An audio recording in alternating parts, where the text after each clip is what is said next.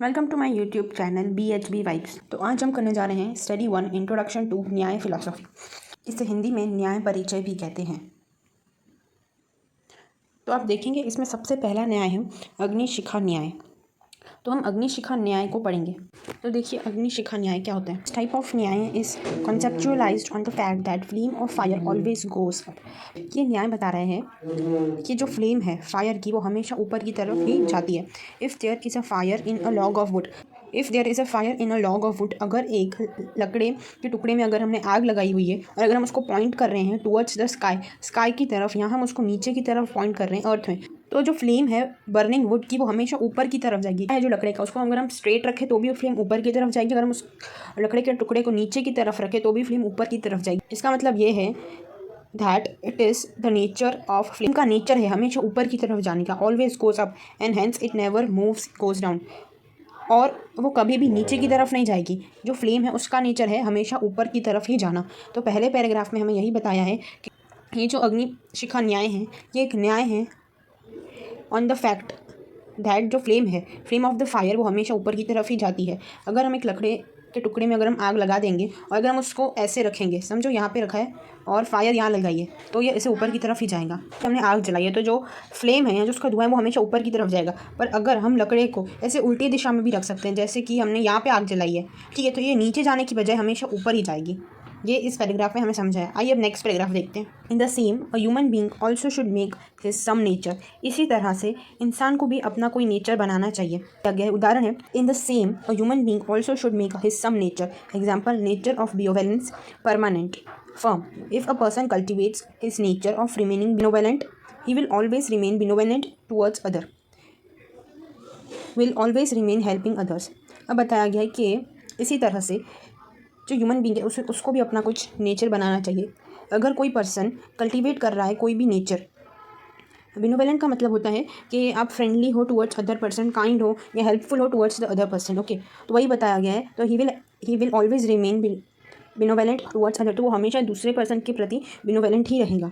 Okay, will always remain helping others, वो दूसरों को हमेशा मदद ही करेगा। इसी तरह से इन the same way if a student developed his nature of acquiring knowledge, इसी तरह से अगर कोई स्टूडेंट है नेचर अक्वायर करता है नॉलेज, ओके, तो he will remain attempting to acquire knowledge in all situation, वो हमेशा कोशिश करेगा नॉलेज अक्वायर करने की हर सिचुएशन के अंदर। To be more specific, he will never डेसिस्ट।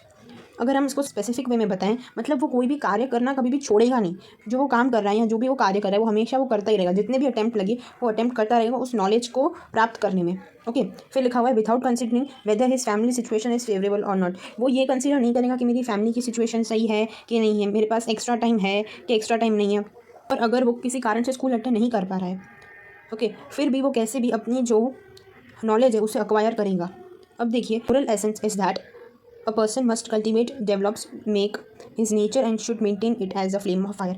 तो यहाँ पे बताया गया कि यहाँ का जो मोरल एसेंस क्या है, ये एक पर्सन को कल्टिवेट या डेवलप करना चाहिए ऐसा नेचर जो हमेशा मेंटेन रहे फ्लेम ऑफ फायर की। जैसे कि जैसे हमने देखा था कि जो लकड़े का टुकड़ा था, जैसे उसमें आग लगी हुई थी तो फिर जो फ्लेम थी वो ऊपर ही जा रही थी। कोई भी सिचुएशन में अगर हम उसको नीचे रख रहे हैं फिर भी जो फ्लेम है वो ऊपर जा रही है। उसी तरह से ह्यूमन बींग्स को भी अपना नेचर सेम ही रखना चाहिए, सिचुएशन के मुताबिक चेंज नहीं करना चाहिए, जैसे वो है वैसे ही रहने चाहिए। ठीक है, इसमें बताया गया है कि वो दयालु हैं, अगर फ्रेंडली हैं और हेल्पफुल है तो उन्हें ऐसा ही रहना चाहिए, दूसरों की हेल्प ही करनी चाहिए। ठीक है, और सेकंड एग्जांपल बताया है स्टूडेंट का। अगर स्टूडेंट का जो नेचर है वो नॉलेज एक्वायर करने में है तो फिर वो कोई ना कोई सिचुएशन में अपनी नॉलेज बढ़ा ही लेगा किसी ना किसी तरीके से। ओके, यहाँ पे डेजिस्ट का मतलब याद रखना कि वो डेजिस्ट का मतलब होता है टू बी मोर स्पेसिफिक। यहाँ देखिए, to be more specific, he will never desist from his attempts, मतलब वो कभी भी अटेम्प्ट करना छोड़ेगा नहीं, वो कोई ना कोई सिचुएशन में अपनी नॉलेज वहाँ से गेन ही करेगा। ठीक है, अब लास्ट लाइन देख लीजिए, thus this Nyaya explains that a person should always try to keep up his moral nature. So here the last line says if a person, कि अगर कोई भी पर्सन है उसे हमेशा ट्राई करना चाहिए वो अपना नेचर को सही तरीके से रख सके। Okay, that a person should always try to keep up his noble nature, वो अपना नेचर एक जैसा, नोबल मीन्स महान, रख सके। Okay, so by here our first para जो है अग्निशिखा न्याय यहाँ पे खत्म होता है। एक क्विक रिवीजन कर लेते हैं इसी चीज़ को थोड़ा सा डिटेल के अंदर। तो आइए देखते हैं। अग्नि the crest of justice, the crest of fire means flame. इसमें सिंपल है, जो क्रेस्ट ऑफ फायर है उसका मतलब होता है flame. Okay, the justice have been envisaged while observing अग्नि शिवा, the flame of the fire always moves up, जो फ्लेम है फायर की वो हमेशा ऊपर ही जाती है। When a fire is ignited in a wooden block, अगर हम फायर को जलाएं एक वुडन ब्लॉक के अंदर, it should be raise towards the sky, वो हमेशा स्काई की तरफ ऊपर ही जाएगी, और लोअर टुवर्ड्स द ग्राउंड, तो यहाँ पे पूछ रहा है it should be raise towards the sky और लोअर टुवर्ड्स द ग्राउंड, ठीक है। When it is rotated in any direction, अगर वो कोई भी डायरेक्शन में मूव होगी, ऑफ द फायर शिखा द फ्लेम, ये हमेशा अपवर्ड ही जाएगी, ओके। तो यहाँ पे क्वेश्चन पूछा गया था आपसे it should be raise towards the sky और लोअर टुवर्ड्स द ग्राउंड। यहाँ पे देखिए ये रहा, when a fire is ignited in a wooden block, अगर हम एक ब्लॉक के अंदर, वुडन ब्लॉक के अंदर यहाँ पे आग लगा दें, okay, it should be raise towards the sky, ये जो फ्लेम है वो टुवर्ड्स द स्काई जाएगी और डाउनवर्ड्स जाएगी। तो मैंने बताया आपको कि वो हमेशा ऊपर ही जाएगी, आपने भी देखा ही होगा। अब देखते हैं the intent nature of agnishikha is to move up. तो जो अग्निशिखा उसका नेचर कैसे, हमेशा ऊपर की तरफ जाना। It's movement is never downwards, वो कभी भी नीचे की तरफ नहीं जाएगी। लाइक अग्निशिखा की जैसे ही ह्यूमन बींग को should also make his nature stable, हमको भी हमारा जो नेचर है वो स्टेबल बनाना चाहिए। Such as the nature of charity, if man makes benevolence का मतलब होता है हेल्पफुल या फ्रेंडली। अगर एक मैन अपना जो नेचर है वो हेल्पफुल या फ्रेंडली बना रहा है, then his speed will always be towards benevolence, तो हमेशा उसकी जो गति होगी वो हमेशा हेल्पफुल और फ्रेंडली ही रहेगी, okay. Whether the circumstances are favourable और अनफेवरेबल, भले कोई भी परिस्थितियाँ हैं, जो उसका जो नेचर है वो हमेशा बिलोवेलेंस ही रहेगा, मतलब हेल्पफुल या फ्रेंडली रहेगा दूसरे पर्सन की तरफ।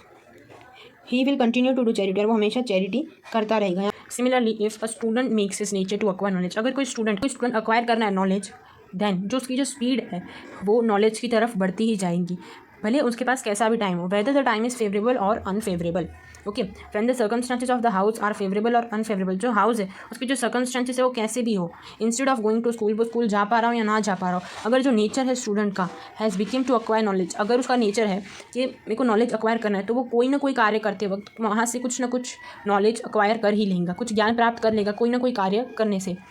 Then the speed of that student is always fast, तो जो स्टूडेंट है उसकी जो स्पीड है वो हमेशा फास्ट ही रहेगी। Will always remain towards the knowledge, उसका जो ध्यान है वो पूरा हमेशा नॉलेज प्राप्त करने की तरफ ही रहेगा, नॉलेज गेन करने की तरफ ही रहेगा। तो यहाँ पे अग्निशिखा न्याय में सिंपल मीनिंग बताया गया है कि ह्यूमन बींग को नेचर किसकी तरह रखना चाहिए, फायर शिखा की जैसे रखना चाहिए। One should also discharge the nature formally, अगर आपने कोई भी नेचर गेन किया है तो आप उसे फर्म रखिए। In this way it is realised from this justice that every human being should always maintain, हमें ये रियलाइज होता है कि हर ह्यूमन बींग को गुड नेचर को मेंटेन करना चाहिए और उसे कंटिन्यूसली और बेहतर ट्राई करना चाहिए करने की, ठीक है। और बताया गया है and his life upward like a crust, and should also try hard continuously, और उसे हमेशा कंटिन्यूसली ट्राई करना चाहिए कि वो भी अपनी लाइफ को अपवर्ड बना सके, जैसे कि एक हायर क्रस्ट था, जैसे कि वो ऊपर जा रहा था, बींग्स भी अपनी लाइफ को बेहतर तरीके से जी सके, इसलिए हमेशा उन्हें मेहनत करनी चाहिए। थिंक आज का जो हमारा जो इंट्रोडक्शन था न्याय फिलोसॉफी का पहला था अग्निशिखा न्याय, क्लियरली समझ में आ गया होगा। If you have any doubt please comment, and आज के लिए बस इतना ही। और जो लोग भी 12th की प्रिपरेशन कर रहे हैं, 12th में जिन्होंने भी संस्कृत लिया है, उनसे बस यही कहना है कि tough times never last but tough people do. Tough time एक ना एक दिन ख़त्म हो जाएगा, पर टफ पीपल हमेशा रहेंगे। टफ टाइम के बाद ईजी टाइम भी आएगा, तो टफ टाइम कभी ना कभी चला जाता है, पर टफ पीपल ही कहीं ना कहीं सक्सेसफुल होते हैं। तो आई होप कि आपकी 12th की प्रिपरेशन संस्कृत की अच्छी चल रही होगी। अगर आपको कोई भी चैप्टर चाहिए या ग्रामर पहले करना है तो प्लीज़ कमेंट कीजिए। And thank you for being on my channel for so many days videos are not coming. Thank you for being patient. Thank you soon all with the next topic that is व्यापार न्याय। Till then goodbye and thank you, it means a lot. जय हिंद।